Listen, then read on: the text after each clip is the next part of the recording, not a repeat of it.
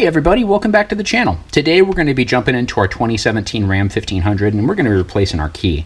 This one I've had a little bit over 3 years right here. This is a kind of an off-brand key that I've had, and it's been working great, except for now it won't lock or unlock the truck. It still starts it okay. I've tried replacing the battery in it and it's still not working, so we're going to go ahead and get this replaced. I went ahead and I picked up a couple more of these ones right here. They're the exact same type as I had before, and we're going to go ahead and get it programmed with a OBDLink engine code reader, as well as we're going to use some software on our computer called AlfaOBD. So let's go on ahead and let's jump into this and get it taken care of. Okay, so here's the new keys. We're in the truck. As you can see, they do not work. They do not start the truck at all right here. So that one doesn't work, as well as this one does not work. So we're going to go ahead, we'll get that changed here. First thing we're going to do is we're going to take our OBDLink engine code reader and we're going to plug this into our OBD port down here.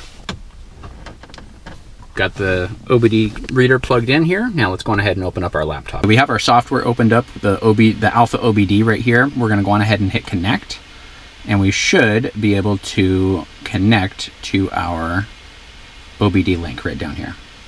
So we'll go ahead and connect to that. Now it's connecting to it. Okay, so it looks like we are connected to it. Next thing we want to do is we want to come over to this tab right here that says Active Diagnostic, and then from there we're going to want to head and get our pin. So we want to go down to here and hit Read Pin. Now I'm not going to show you mine on here, but you'll get your pin off of yours. So we'll hit Start. Okay, so I have my pin. Now that we have our pin for our truck right here, we can come down here now and we can select Program Ignition Fobic Baseline System. I believe that's one we're going to want to use right here. So if you hit Program Ignition Fobic Baseline System, it'll tell you with a baseline system, this function is to program fobics. With RF hub has been replaced, additional fobics needed to be added. Ignition must be in the lock state while running this function. So we're going to go on ahead and select this one. I believe they also have a highline system. I believe that's for like the wireless remotes, which mine is not.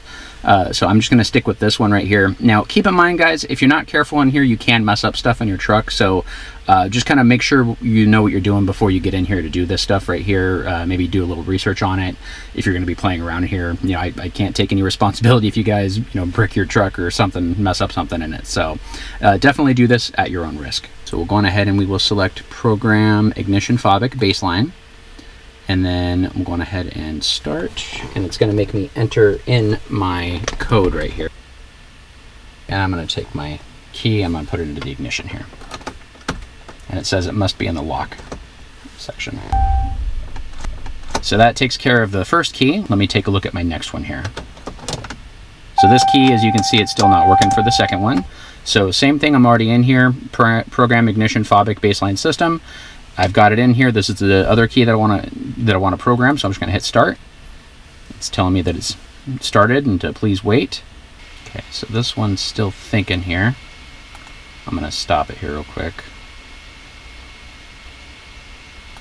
This one's taking a bit longer, so if it keeps not doing it, I'm just going to restart it here. Let's see if it works here yet.